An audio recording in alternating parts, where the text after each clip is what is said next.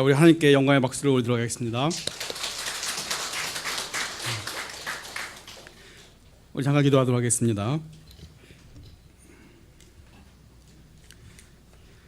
그가 회당에서 담대히 말하기를 시작하거늘 브리스길라와 아굴라가 듣고 데려다가 하나님의 도를 더 정확하게 풀어 이르더라. 아멘. 하나님의 말씀은 진리의 말씀입니다. 진리의 말씀으로 저희를 깨끗하게 하옵소서. 예수 그리스도의 이름으로 기도합니다. 아멘.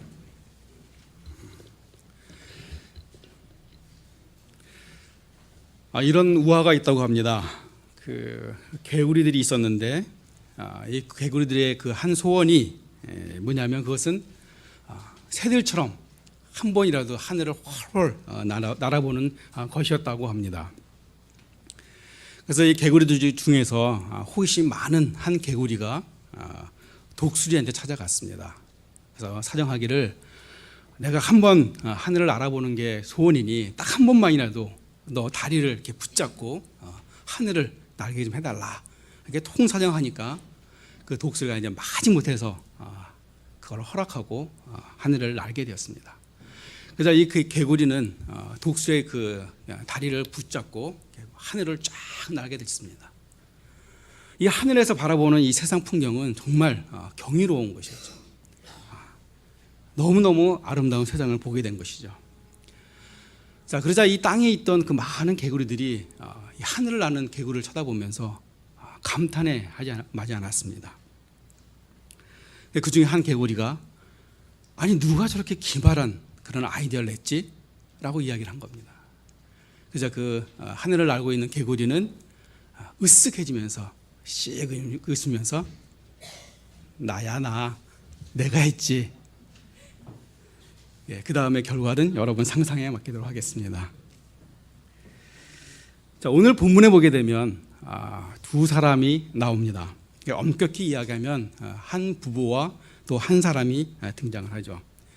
그 한 부부는 브리스길라와 아굴라라는 부부고 또 한 사람의 이름은 아볼로라는 영어 이름으로는 아폴로스인데 아볼로라는 사람이 등장하게 됩니다. 이 사람들이 제가 아침에 잠깐 이야기했던 이 우화에 등장하는 그런 개구리와 같이 우쭐대는 사람인지 아닌지를 우리가 같이 한번 생각해 보고자 합니다. 이 브리스길라와 아굴라가 처음 등장하는 성경은 오늘 우리가 읽은 사도행전 18장 2절과 3절입니다.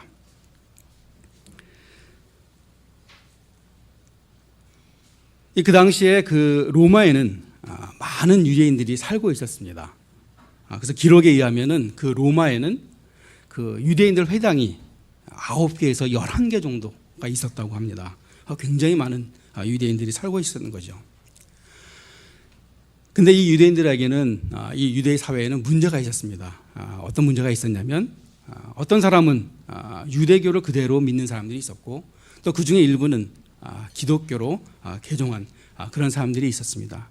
그렇기 때문에 그 신앙적으로 그들은 여러 가지 면에서 갈등을 빚게 되었던 것입니다.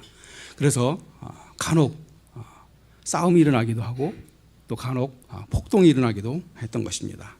그러자 그런 것들이 많아지자 로마의 황제인 클라우디우스는 칙령을 내려서 모든 유대인들을 그 로마에서 쫓아냈습니다. 그래서 이 브리스길라와 아굴라의 부부도 마찬가지로 그 당시에 그 로마에서 쫓겨나서 고린도에 정착하게 된 것입니다. 이 부부가 고린도에 정착하게 된 것에 대해서는 또 이런 의문이 들죠. 그 당시에 많은 도시들이 있었는데 왜 굳이 고린도를 갔을까? 뭐 안디옥이라든지 알렉산드리아라든지 아니면 에베소라든지 이런 도시들이 많이 있는데 왜 굳이 고린도에 갔을까? 우리가 이 고린도에 대해서는 우리가 뭐 여러 달 동안 고린도 전후서를 우리가 배우면서 여러분 잘 아실 겁니다. 상업적으로나 굉장히 번화한 그런 도시고 또 종교적으로 도덕적으로는 타락한 도시라는 것을 우리가 알고 있는데 왜 이 부부는 고린도에 갔을까? 그것은 그들의 생업과 연관이 있습니다. 이들의 생업은 천막을 만드는 일이었습니다. 그런데 이 고린도에는 어떤 게 있었냐 하면 이스트미안이라는 그런 게임이 있었습니다. 우리가 잘 알고 있는 그 올림픽 게임, 그거는 4년마다 이렇게 한 번씩 열리는 것이죠. 그러나 이스트미안 게임은 그 올림픽이 열리는 해를 제외하고 앞뒤로 해서 매 2년마다 열리는 그런 경기였습니다.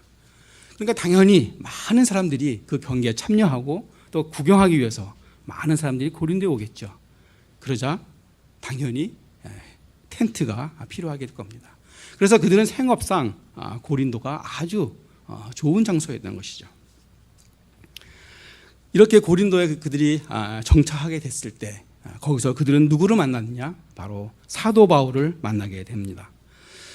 사도 바울은 그 전에 아테네에서 복음을 전하다가 이제 고린도로 내려오게 됩니다. 근데 이 고린도 내려왔을 때는 사도 바울은 혼자서 홀로 내려오게 되는 것이죠. 뿐만 아니라 그 아테네에서의 그 선교, 복음 사역이 결과가 그렇게 좋지는 않았습니다. 그래서 어떻게 보면 좀 실망감을 갖고 고린도에 오게 된 것이죠. 근데 거기서 누구를 만나느냐? 바로 브리스길라와 아굴라를 만나게 됩니다. 성경 어디를 봐도 브리스길라와 아굴라가 바울을 만나서 복음을 들었다라는 그런 얘기는 없습니다. 즉 다시 말해서 그들이 바울을 만나기 전에 이미 크리스찬이었다는 것을 우리가 알 수가 있는 것이죠. 그런데 이 부부가 굉장히 신기한 것은 신약 성경을 보게 되면 이 브리스길라와 아굴라가 도합 6번이 나오게 됩니다. 도합 6번이 나오겠는데 나올 때마다 브리스길라와 아굴라 부부가 함께 이름이 언급되는 것을 우리가 알 수가 있습니다. 사도행전에 3번, 또 바울 서신에 3번, 이렇게 도합 6번 브리스길라가 아굴라가 나옵니다. 근데 어떤 사람은 처음 듣는 사람은 이 브리스길라가 남자 이름이고 아굴라가 여자 이름인 것처럼 그렇게 생각할 수도 있겠죠. 근데 이 브리스길라가 아내 이름이고 그다음에 아굴라가 남편 이름입니다. 그러면 어떻게 이 여자 이름, 아내 이름이 먼저 나오고 그 다음에 남편 이름이 나오는가? 굉장히 의아할 수가 있습니다. 왜냐하면 그 당시에는 남성 중심의 사회였고 뿐만 아니라 여자들은 이렇게 그러니까 계수를 할 때 여자들은 세지도 않는 그런 사회였었는데 이 브리스길라와 아굴라 이 부부는 아내 이름이 먼저 나오고 또 그 다음에 아굴라 남편 이름이 나오는 것을 우리가 알 수가 있습니다. 사도행전을 기록한 누가는 브리스길라와 아굴라라고 이렇게 썼고 그 다음에 그 바울 서신, 그러니까 바울은 이 부부를 언급할 때 브리스가와 아굴라라고 썼습니다. 그래서 브리스길라나 브리스가는 같은 이름입니다. 그러나 브리스가는 조금 더 형식적인 그런 이름이기 때문에 사도 바울은 그렇게 썼던 것입니다. 그럼 이런 궁금증을 해결하는데 두 가지 견해가 있습니다. 한 견해는 이 브리스길라가 바로 그 당시 로마의 아주 유명한 명문가 중에 하나이기 때문에 그 이름을 먼저 썼다라는 그런 게 있고, 또 다른 견해는 브리스길라와 아굴라 줄 중에서 이 브리스길라가 그 당시 초대교회에서 더 중요한 더 아주 역할을 많이 했기 때문에 이 사람을 먼저 언급했다라는 그런 견해가 있습니다. 뭐 어찌 되었든 간에 브리스길라와 아굴라가 항상 같이 언급되면서 브리스길라가 먼저 언급된 것은 우리가 굉장히 의미가 있습니다. 어떤 면에서 의미가 있을까요? 그것은 지금보다도 2000년 전인 그 당시 로마 시대에 이 기독교 안에서는 남자와 여자의 구별이 또 차별이 없었다는 것이죠. 비록 브리스길라가 아내일지라도 그러나 그가 더 중요한 사람이었으면 먼저 언급되고 그 사람의 이름을 누락하지 않았다는 그 점에서 봤을 때 어떻게 보면 굉장히 파격에 가까운 그런 일이라는 것을 우리가 알 수가 있습니다. 뿐만 아니라 사도 바울은 전도 여행을 할 때 그 사람이 자유인이든 노예이든 그런 것에 상관하지 않았습니다. 그 사람이 유대인이든 헬라인이든 그런 것에 상관하지 않았다는 것을 우리 알 수가 있습니다. 그것은 바로 바울이 전한 기독교 안에는, 예수님이 전한 그 기독교 안에는 2000년 전 이미 그 당시에도 차별이 없었다는 점에서 굉장히 의미가 심장한 것입니다. 이제 오늘 본문의 두 번째 사람이 등장하게 됩니다. 그 사람은 아볼로입니다. 오늘 본문 24절을 보겠습니다. 알렉산드리아에서 난 아볼로라 하는 유대인이 에베소에 이르니 이 사람은 언변이 좋고 성경에 능통한 자라라고 기록되어 있습니다. 이 아볼로는 어디 사람이냐? 알렉산드리아에서 온 유대인인 것입니다. 그 당시 알렉산드리아에도 많은 유대인들이 살았습니다. 근데 특히 이 알렉산드리아에 살고 있는 사람들은 아주 굉장한 자부심을 갖고 있었습니다. 왜 자부심을 갖고 있었냐?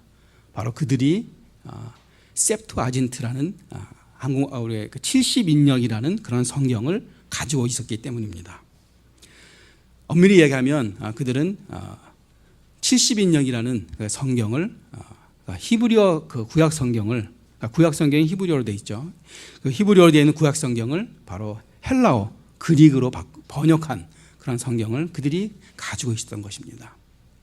그 당시 알렉산드리아에는 많은 유대인들이 있었는데 그들의 관습대로 안식일이 되면 모두 회당에 모여서 모였습니다. 그래서 그들은 성경을 읽었는데 그 회당의 성경을 읽을 때는 항상 히브리 언어로 성경을 읽었습니다. 그런데 대부분의 사람들이 헬라어, 그릭을 쓰기 때문에 그 성경 내용을 알 수가 없었던 것이죠. 그래서 그들은 그 성경을 번역을 해야 될 필요성을 느끼게 된 것입니다. 그래서 이 알렉산드리아 사람들은 바로 자기들이 70인역 셉투아진트를 가지고 있기 때문에 다른 지역에 있는 유대인들보다 아주 프라이드가 강한 사람이었습니다. 이 아볼로라는 사람은 바로 그런 알렉산드리아에서 온 사람입니다. 뿐만 아니라 이 사람은 언변이 좋고 성경의 지식이 능통한 자라고 이야기하고 있습니다. 그 당시 이 아볼로는 그 당대의 학자였습니다. 이렇게 유명하고 학식이 많은 이 아볼로가 바로 브리스길라와 아굴라가 있는 그 곳으로 오게 된 것입니다. 많은 사람들이 아볼로를 존경했겠죠. 또 언변이 좋기 때문에 그의 말씀을 듣는 것을 좋아했을 겁니다. 그러나 그런 그에게 아주 치명적인 약점이 하나가 있었던 것입니다. 그것은 오늘 25절을 보게 되면 그가 일찍이 주의 도를 배워 열심으로 예수에 가는 것을 자세히 말하며 가르치나 요한의 세례만 알 뿐이더라 라고 되어 있습니다. 그는 학자로서 또 교회 안에서 가르치는 자로서 이 부분은 세례 요한의 세례만 아는 것은 바로 치명적인 약점인 것입니다. 그의 웅변과 또 그의 그 교양과 학식 때문에 많은 사람들이 그를 따랐을 겁니다. 나중에 우리가 고린도후서를 보게 되면 그 고린도 교회가 분열이 생겼을 때 아볼로파가 생길 정도로 그를 따르는 사람들이 있었습니다. 그것을 우리가 미루어 보건대 분명히 아볼로를 따르는 사람들은 분명히 많았을 겁니다. 그런데 그에게는 정말 치명적인 약점이 있게 된 것입니다. 이제 이 브리스길라와 아굴라 부부에게는 어찌 보면 절호의 기회가 왔습니다. 바로 자신들을 교회에서 공개적으로 뽐낼 수 있는, 드러낼 수 있는 그런 기회가 온 것입니다. 아니, 저 사람이 알렉산드리아에서 왔다며, 뭐 성경을 좀 안다며, 그런데 어찌 세례 요한의 세례만 하냐? 이렇게 비난을 하면서 슬그머니 그 사람을 깎아내리고 바로 그 자리에 자신을 올려놓을 수 있는 그런 절호의 기회가 온 것입니다. 만약 이런 기회가 저와 여러분에게 주어졌다면 우리들은 어떻게 행동을 할까요? 우리 모든 사람들은 누구나 자신을 드러내고 싶어 합니다. 또 우쭐을 하고자 하는 그런 욕망들이 있지요. 아마도 대부분이 이런 기회를 놓치지 않을 겁니다. 또 목회자인 저도 솔직히 이런 부분에서는 자유롭지 않다라고 생각합니다. 바로 이런 인간들의 속성을 이용한 것이 바로 지금의 대중매체들이 아닐까 생각합니다. 다른 사람의 약점과 잘못된 점을 드러내서 그것을 찾아내고 들춰내야 시청률이 올라가고 또 구독자가 많아지는 것이 아닙니까? 또 그런 사람들에게 독서를 뿜어내야 SNS상에서 많은 사람들이 자기를 팔로우하고 또 인기를 얻는 그런 이유들이 어떻게 보면 바로 인간의 우리는 본성 때문일 것이라고 생각합니다. 우리가 현대 사회를 PR의 시대라고 이야기하죠. 그러니까 자기의 조그만 것도 포장해서 과장해서 드러내는 것이 어떻게 보면 당연한 것으로 여길 수가 있습니다. 그래서 그 다른 사람의 잘못을 끄집어내고 꼬집고 그래서 그 자신이 올라가는 것 그런 것이 어쩌면 당연한 그런 우리 문화 속에서 우리가 살아가고 있는 줄 모릅니다.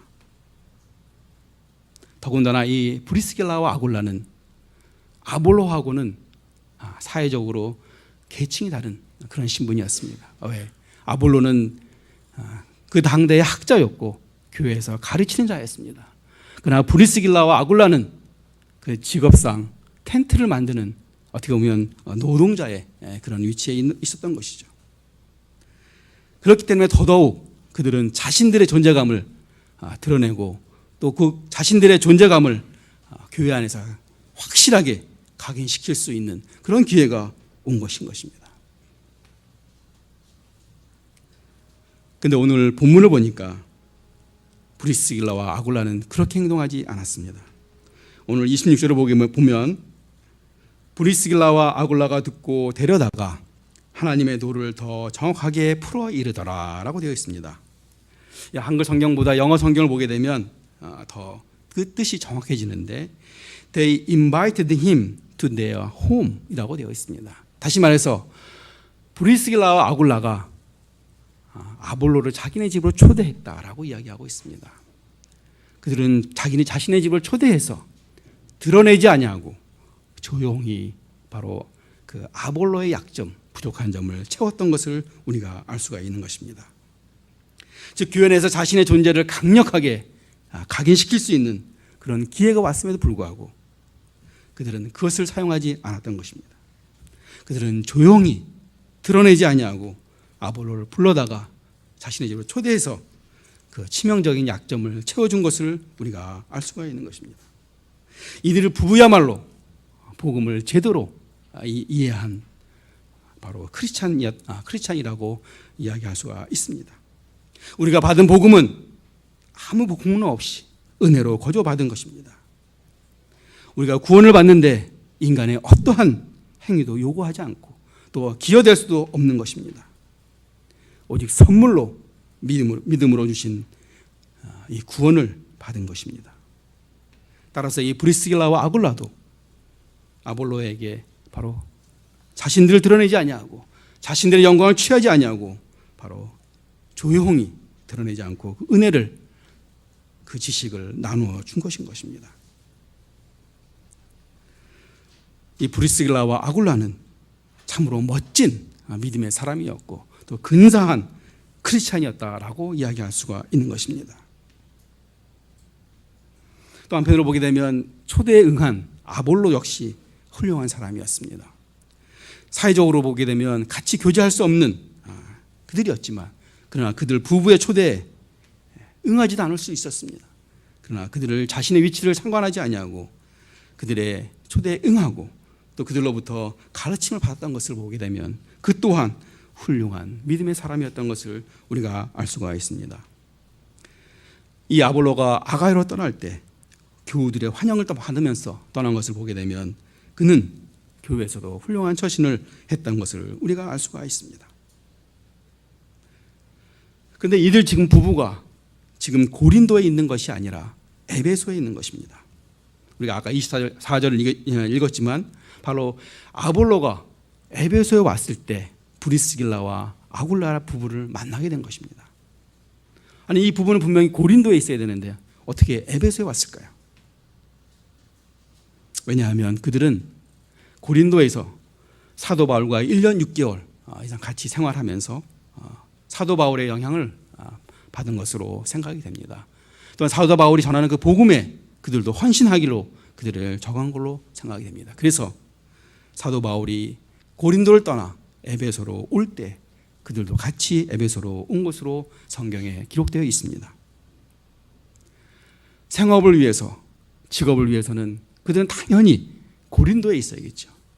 그러나 그들은 사도 바울의 복음 사역을 위해서 같이 에베소에 온 것을 우리가 알 수가 있는 것입니다.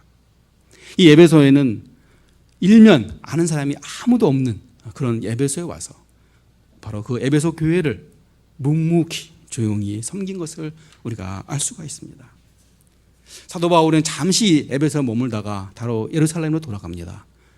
그러나 이 브리스길라와 아굴라 부부는 사도 바울이 돌아올 때를 기다리면서 그 에베소 교회를 섬긴 것을 우리가 알 수가 있습니다. 사도 바울이 언제 돌아올지 그것은 기약이 없는 기다림입니다. 그러나 그들은 그 기다림 속에서 묵묵히 자신들의 일을 한 것을 우리가 알 수가 있습니다. 특히나 이 기다림 속에 아볼로라는 사람을 만났을 때 그들은 조용히 교회에서 분란을 일으키지 아니하고 자신을 드러내지 아니하고 자신들이 영광을 취하지 아니하고 바로 아볼로의 그 약점을, 부족한 부분을 채웠던 것을 우리가 알 수가 있는 것입니다. 나중에 글라디오스 칙령이 풀리자 이 브리스길라와 아굴라 부부는 다시 로마로 돌아갑니다. 로마서 16장 3절 5절에 보게 되면 그들은 로마로 돌아가서 자신들의 집을 예배 처소로 제공하는 것을 알 수가 있습니다. 아직 이때는 기독교가 공인되지 않았을 때이기 때문에 바로 기독교를 믿는 이유 때문에 박해를 받을 수 있고 심지어는 목숨까지 내놓을 수밖에 없는 그런 상황이었습니다.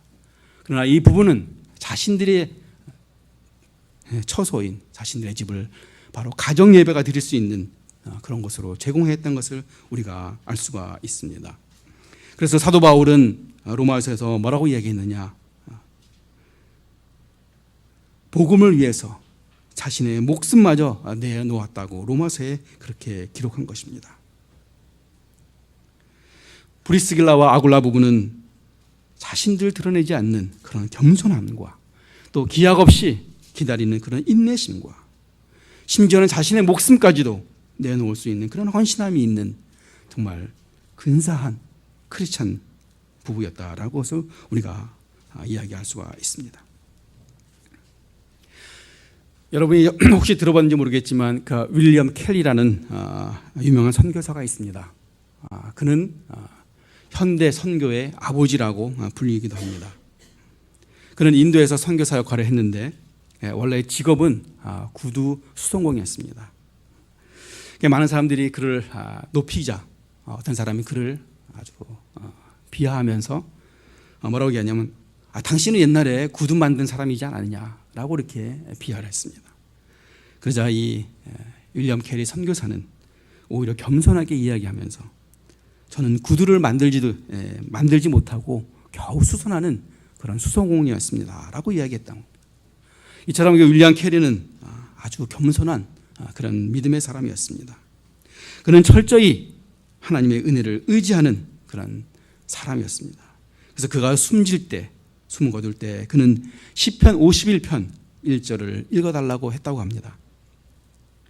하나님이여 주의 인자를 쫓아 나를 긍휼히 여기시며 주의 많은 자비를 쫓아 내 죄가를 도말하소서. 그의 일생은 하나님의 인자를 구하는 삶이었고 자신을 긍휼히 여기는 그런 겸손한 그런 삶이었다라고 우리가 이야기할 수가 있습니다. 이제 말씀을 마치고자 합니다. 오늘 본문을 통해서 우리는 브리스길라와 아굴라 부부에 대해서 같이 생각해 보았습니다. 비록 이들에 대해서는 성경에 불과 몇 구절 밖에 기록되어 있지 않습니다. 하지만 그들이 보여준 그 삶은, 크리스찬으로의 삶은 더할 나위 없이 멋지고 근사한 또 헌신적인 삶이었다고 할 수가 있습니다. 그들은 자기 자신을 나타낼 수 있는 그런 절호의 기회가 왔을 때 자신들을 드러내기보다는 조용히 다른 사람의 약점, 부족한 점을 채워주는 그런 근사한 믿음의 사람들이었습니다. 현재 저와 여러분은 어떤 모습일까요? 지금 한국 사회에서 기독교는 사회에서 빛과 소금 역할을 하는 것이 아니라 오히려 개혁의 대상이 되어버렸습니다. 그것은 우리 먼저 믿는 우리가 기도를 안 하는 것도 아니고 또 성경 말씀을 모르는 것도 아니라 바로 신앙을, 믿음을 지식적으로만 머리로만 믿기 때문인 것입니다. 꽃은 숨길 수 있습니다. 그러나 꽃의 향기는 숨길 수 없다고 합니다. 마찬가지로 썩고 부패한 것은 우리가 숨길 수 있습니다. 그러나 그 썩고 부패한 냄새는 숨길 수가 없는 것입니다. 만약 우리가 크리스찬이라면, 우리가 예수님을 따르는 거룩한 물이라면 당연히 예수 그리스도의 향기가 뿜어져 나와야 되는 것입니다. 크리스찬이 된다는 것, 예수를 믿는다는 것, 그것은 단지 성경 말씀 몇 구절 아는 것, 또 하나님의 말씀을 듣고 감동을 받아서 아멘 하는 것으로 끝나는 것이 아니라 바로 그 말씀대로 삶 속에 살아가려고 노력하는 그런 모습들이 바로 우리 크리스찬들의 모습이 되어야 하는 것입니다. 바로 이런 모습은 단순히 지켜야 될 명령이기 때문에 지키는 것이 아니고 또 하나님의 처벌이 무서워서 두려움에 떨면서 하는 것이 아니라 바로 우리가 받은 그 사랑, 그 은혜, 감사함으로 하는 것이 바로 올바르고 근사한 크리스찬이 되는 것입니다. 오늘 이 예배에 참석한 저와 여러분이 브리스길라와 아굴라 같이 근사한 믿음의 크리스찬들이 돼서 그리스도의 향기를 내 가족 또 내가 속한 회사와 지역사회에 품어내는 아름다운 근사한 크리스찬이 되시기를 주님의 이름으로 축원합니다. 아멘. 우리 잠깐 기도하시겠습니다.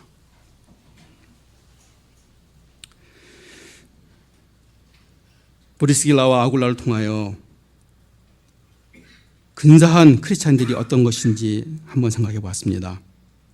다른 사람의 약점과 허물을 통해서 내 자신을 드러내는 것이 아니라 그러한 약점과 부족한 점을 묵묵히 드러내지 아니하고 채울 수 있는 그러한 믿음의 사람들이 되게 하여 주시옵소서. 저희도 그런 삶을 살 수 있게 주님 인도하여 주시옵소서. 예수 그리스도의 이름을 받들어 기도드리옵나이다. 아멘. 우리 찬송하도록 하겠습니다. 찬송가 212장입니다.